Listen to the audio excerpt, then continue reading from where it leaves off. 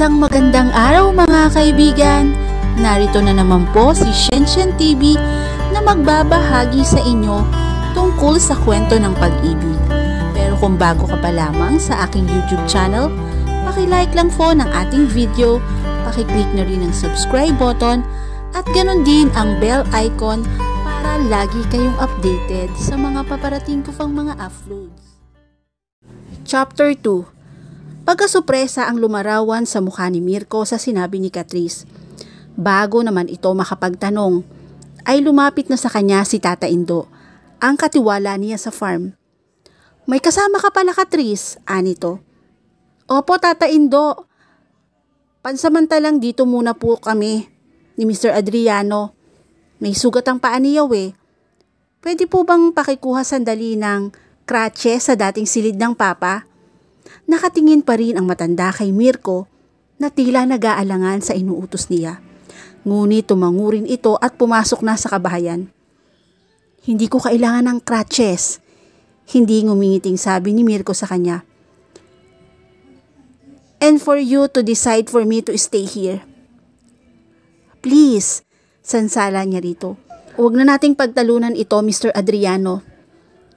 You will trust upon my hospitality by unseen hand. And the least I can do, under the circumstances, is offer you my home. Kung hahayaan kitang maghanap ng bahay na matutuluyan mo, sa kalagayan mong yan, siguradong magdurugo uli ang sugat mo. Yun din ang dahilan, kaya gusto kong gamitin mo ang crutches na kinukuha ni Tata Indo. Bumuntong hininga ito. I feel like an invalid. You are. At the moment, an invalid. At kung hindi ka mag-iingat, lalo kang magtatagal sa ilalim ng kabutihang loob ko. Pareho naman nating alam na hindi mo gusto yon, di ba? Pagkasabi niyon ay bumaba na siya ng kotse. Si Tata Indo na ang magtuturo sa'yo na magiging silid mo. Sa front step na niya nakasalubong ang matandang katiwala. Sinabi niya rito kung saang silid patutuluyin ang kanilang panauhin. Binilina na rin niya si Tata Indo na pahiramin ng damit ang lalaki mula sa mga dating damit ng papa niya. Sinabi niya rito na hatira ng merienda si Mirko. Sa pagod na inabot nito, natitiyak niyang gutom na rin ito. Tuloy na siya sa kanyang silid. She took a deep breath the moment she entered the room. Hindi naman niya intensyong magtonong galit kanina kay Mirko. Hindi siya galit dito. At kung magiging matapat lang siya sa kanyang sarili, masasabi niyang naaawa at nakikisimpatya siya sa kamalasang inabot nito. Yun lamang, bigla siyang naging defensive ng tila mag-alangan ito sa kanyang pagmamagandang loob. Patuloyin ito sa bahay niya. Ayaw niyang lumabas sa paningin nito na parang siya pa ang atat na dalhin ito sa bahay niya. Samantalang kanina, nang hindi pa nito ipinapakilala ang sarili nito sa kanya, handa na siyang iwan ito sa gilid ng kalsada. Am I being unfair? Ikinatwira na lamang niya sa sarili na nag-iingat lang siya. Not entirely. You're attracted to the man, admit it. Napaungol na isinubsob niya ang mukha sa kanyang mga kamay. That was it. Kaya siya nang hinayang, habang akala niya ay masamang tao ito. Sa isang sulok ng isip niya, idinarasal niya na hindi sana ganon, na hindi sana isang kriminal ito na hinahabol ng batas. Sa kabila ng pagiging marungis at pawisan nito, mararamdaman agad niya ang animal appeal nito. Isang bagay na noon lang nangyari. Sumapit ang hapunan. Wala pang tao sa komedor nang dumulog doon si Catrice. Ipinatawag niya ang kanilang panauhin sa asawa ni Tata Indo na si Yaya Siling. Habang naghihintay siya, napansin niya ang malakas sa pagbuhos ng ulan. Sa labas ng glass window ay nakita niya kung paano bumayo ang malakas na hangin. Tata Indo, Nakasilong na po ba ang lahat ng mga hayop natin? Tanong niya sa katiwala nang dumulog ito sa mesa. Kasunod nito ang dalawa pang kasambahay nila. Oo, Katris. Kanina pang hapon pa. Balita kasi sa radyo na malakas ang bagyong paparating. At dito na naman sa Isabela ang tumbok. Muli siyang tumingin sa labas ng bintana. Sana lang ay mabilis ding umalis ang paparating na unos. Kawawa na naman ang mga nagsipagtanim ng palay at mais. Kung masisira naman ng bagyo ang mga pananim. Inalis lang niya ang tingin sa binata nang pumasok na sa komedor sina Yaya Siling at Mirko. Suot na ng lalaki ang isang pares ng pantalon at t-shirt ng papa niya. Humanga siya nang makitang malinis na ito at mukhang mas gwapo. Ngunit mabilis na napalitan ng pagkayamot ang kanyang paghanga nang makita niyang hindi nito ginamit ang saklay. Pinigilan na lamang niya ang sariling magkomento pa tungkol doon. Para kasing nagiging katulad siya ng kanyang namayapang ina. Madalas siyang pagalitan noon ng mama niya dahil sa katigasan ng kanyang ulo. Ngayon ay naiintindihan na niya kung ano ang pakiramdam noon ng kanyang ina sa tuwing sinusuway niya ang pinag-uutos nito. Bumati si Mirko sa kanila na formal namang sinagot niya. Maupo ka na, sagot niya rito. Parang naaasiwa siya na ang kabisera sa katapat niya ay inuko pa ni Marco. Matagal ng panahong walang nauupo roon. Mula nang mamatay ang papa niya. Nabakante na yon. Aapat lang naman ang kasama niya sa bahay. Ang ilang farmhand nila ay hindi doon kumakain kundi sa bahay ng mga ito na hindi naman malayo sa rancho. Hawak na niya ang bandihado ng kanin nang biglang pumikit si Mirko at umusal ng panalangin. Napapahiyang binitiwan niya ang bandihado. Thank you, Lord. Lord, God, for this food we are about to eat. We praise you for your provision, Father. We pray that you bless and sanctify them. In Jesus' name, Amen. Saka pa lamang siya kumilos upang sumandok sa mga nakahain sa mesa.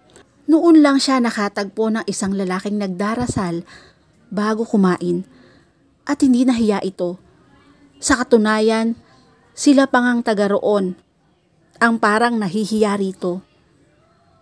Kumain ka lang, iho, nakangiting wika ni Yaya Siling dito. Huwag kang mahiya. Ngumiti naman ito sa matanda. Kitang-kita niya ang purong ngiti na yon, and that alone made her heart skip a beat. Salamat po. Binigyan ka ba nila ng pain reliever sa klinik? Anya para lang may masabi. Hindi niya alam pero para bang nilamon ng presensya nito ang talent niya sa pakikiharap at pakikipag-usap sa ibang tao. Oo, nag-take na ako kanina doon pa lamang. Salamat nga pala sa mga ito ha.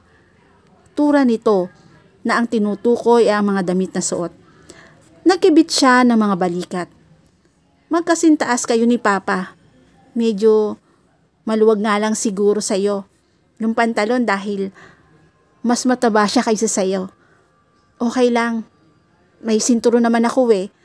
Naging tahimik na ang kanilang pagsasalo maliban lang sa paminsan-minsang pagpapalitan ng salita ng mag-asawang Tata Indo at Yaya Siling. Inusisa rin ng yaya niya si Mirko kung paano sila nagkita at kung paano nasugatan ito. Inulit lamang ni Mirko rito ang mga sinabi sa kanya kanina. Naunang tumayo ng mesa si Yaya Siling. Doon ko na lang iyahain ang kapinyaw sa ibaba, sabi nito sa kanila ni Mirko. Ang ibaba na tinutukoy nito ay isang silid sa gawing tagiliran ng bahay na mas mahaba ang sahig kaysa sa iba pang lugar sa kabahayan. Elevated ang lupa roon. At sa halip na patambakan ng papa niya upang tumaas nang gawin ng bahay, ay sinunod na lamang nito ang anyo ng lupa. Nakaharap ang makapal na glass wall ng silid sa dalisdis. Natatanaw mula roon ang magandang view ng Lambak at ang malayong bulubundukin. Ngunit ng mga sandaling iyon, malabo ang visibility sa labas ng silid dahil sa masingsing patak ng ulan.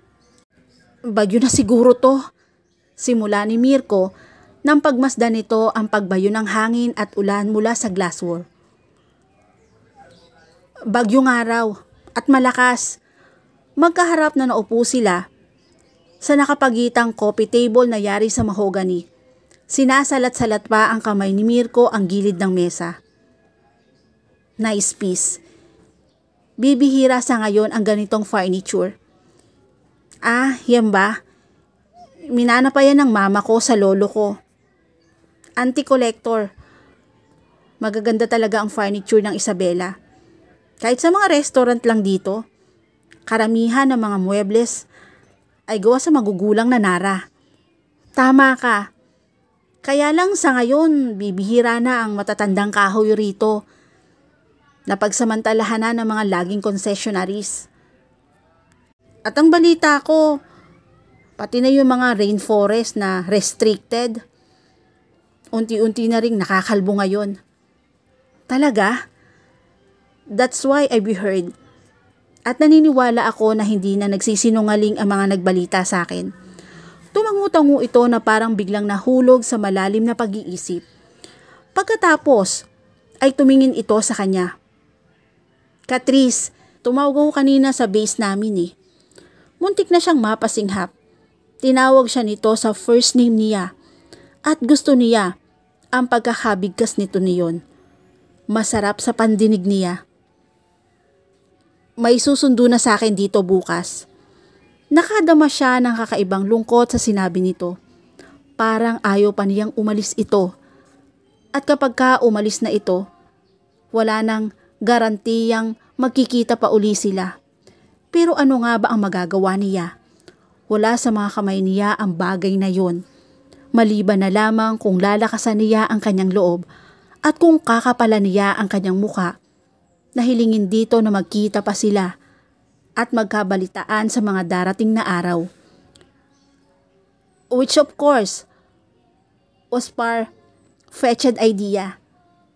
Isang mahinang okay lang ang naisagot niya. Hindi ko makakalimutan ang pagtulong at hospitality mo sa akin, Catrice. Hindi lahat ng motorista ay hinihintuan ng isang duguang estranghero. Kulang ang pagpapasalamat lang sa ginawa mo sa akin. Ngumiti siya rito. But's that enough for me? Alam kong kung nagkapalit ang posisyon natin, tutulungan mo rin ako. Tatanawin kong malaking utang na loob ang pagtulong mo sa akin. Sana sa ibang pagkakataon, ako naman na makapagbalik ng tulong sa iyo sa kahit na anong paraan na kaya ko. Para namang graduation speech, pagbibiro niya. Tumawa ito at nauwi sa ngiti.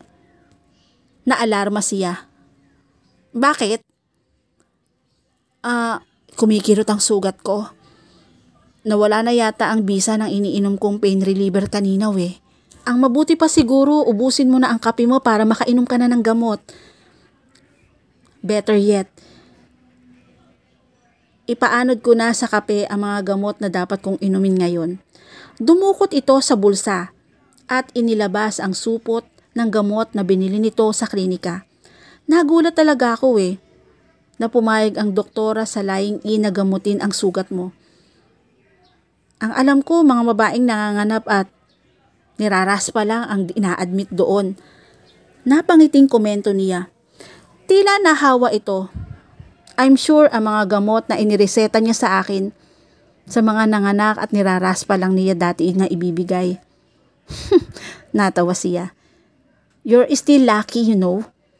Sa paa ka lang tinamaan at hindi sa ibang parte ng katawan mo. Imagine, kung tinamaan ka sa katawan at na-damage ang internal organ, malamang na hindi ka na makagapang palabas ng maisan. Alam ko, at least hindi pa rin pala nagpapabaya ang guardian angel ko. Lalo siyang natawa sa isinagot nito. Para kang bata, naniniwala pa rin sa guardian angel. Sa maniwala ka o sa hindi, talagang may guardian angel ang bawat isa sa atin. Namatay ang tawa niya. Nakangiti pa rin siya rito, ngunit hindi na niya mapabalik ang saya niya kanina. Kung totoo ang sinasabi mo, hindi sana nahulog sa bangin ang kotseng sinasakyan ng mama ko noon. You mean, aksidente pala ang ikinamatay ng mama mo? Oo. 13 years old pa lang ako noon. Nawala ng preno ang sinasakyan niya. At nahulog yun sa bangin. I'm sorry. It's alright. Tanggap ko na. Matagal na rin namang nangyari yun eh. Ininom na niya ang natitirang laman ng kanyang tasa. Ang mabuti pa siguro, tumuloy ka na sa kwarto mo para makapagpahinga ka na. At kailangan mo nang makabawi ng lakas. Tumayo na ito. Ngunit napayuko ito sa paa nitong nababalutan ng benda. What's wrong? Usisa niya. Medyo nagbibleed na naman ang sugat ko. Tumayo na rin siya at umikot patungo sa gawin nito. Mirko, hindi lang medyo ang pagbibleed ng paa mo. Basahan na ng dugo ang gasa. Anong dapat kong gawin? Dapat kasi sa ospital talaga tayo tumuloy kanina. Tapos hindi mo pa ginamit ang crutches na ibinigay sa iyo ng Tata Indo. Hindi kasi dapat magkaroon ng dagdag na pressure sa injury mo. Magbibleed nga yan. Sa halip na mag-alala, ay natawa pa ito. Kinunutan niya ng noo ito. Nakukuha mo pang tumawa riyan? You sound very much like my mother. And to think that I'm older than you. Ipinagwalang bahala niya ang ismag ng ngiti nito. Tinawag niya ang isa sa mga kawaksi at ipinagligpit dito na mga pinag-inuman nilang kape. Binili na niya ito na kunin din ang crutches at dalhin doon.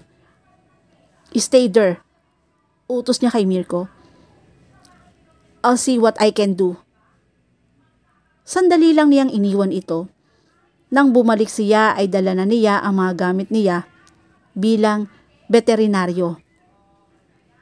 Ipatong mo ang paa mo sa ibabaw ng coffee table, utos niya. Sumunod ito. Basa na nga ng dugo ang bendahe ng paa mo eh.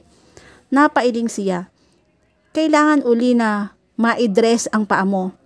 Binuksan niya ang kanyang medicine bag at isa-isang inilapag sa coffee table ang kanyang mga gamit. Are you sure pwede sa tao ang mga gamit na yan? May pag-aalinlangang tanong nito. Oo naman. At huwag kang mag-alala. Hindi ka ang unang tao na nagamot ko. Alam ko ang ginagawa ko. So, be still like an obedient kid while I try to dress your wound. Hindi na umimik ito.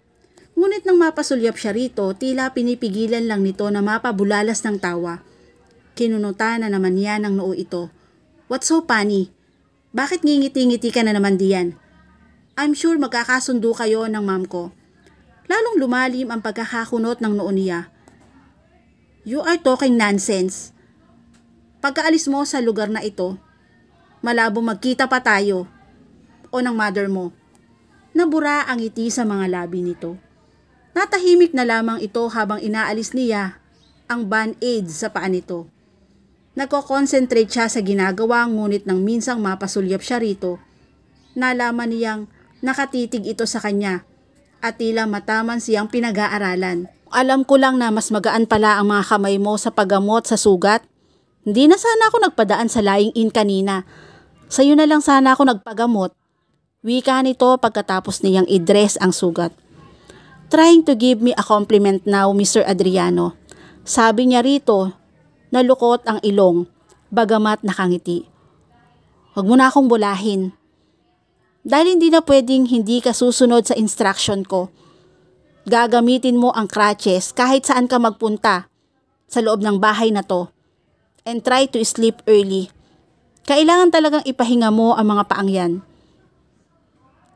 Sinamsam na niya ang kanyang mga ginamit. Isang malakas na buntong hininga ang pinakawala nito. Nang balingan niya ito, nakita niyang nakatitig na naman ito sa kanya na parang isang lovesick. Teeners. Don't give me that look. Baka maisipan kong palabasin ka nitong bahay at patulugin kang katabi ng mga kabayo ko sa koral. Kay lakas na naging tawa nito. Have a heart, Miss Romualdo. Sa kondisyong kong ito, kahit mabilis na halik lang, hindi ko magagawang nakawan ka. At dito na po nagtatapos ang chapter 2 ng aking kwento. Muli po, samahan niyo po akong muli sa susunod pang kabanata. Thank you for watching and God bless all.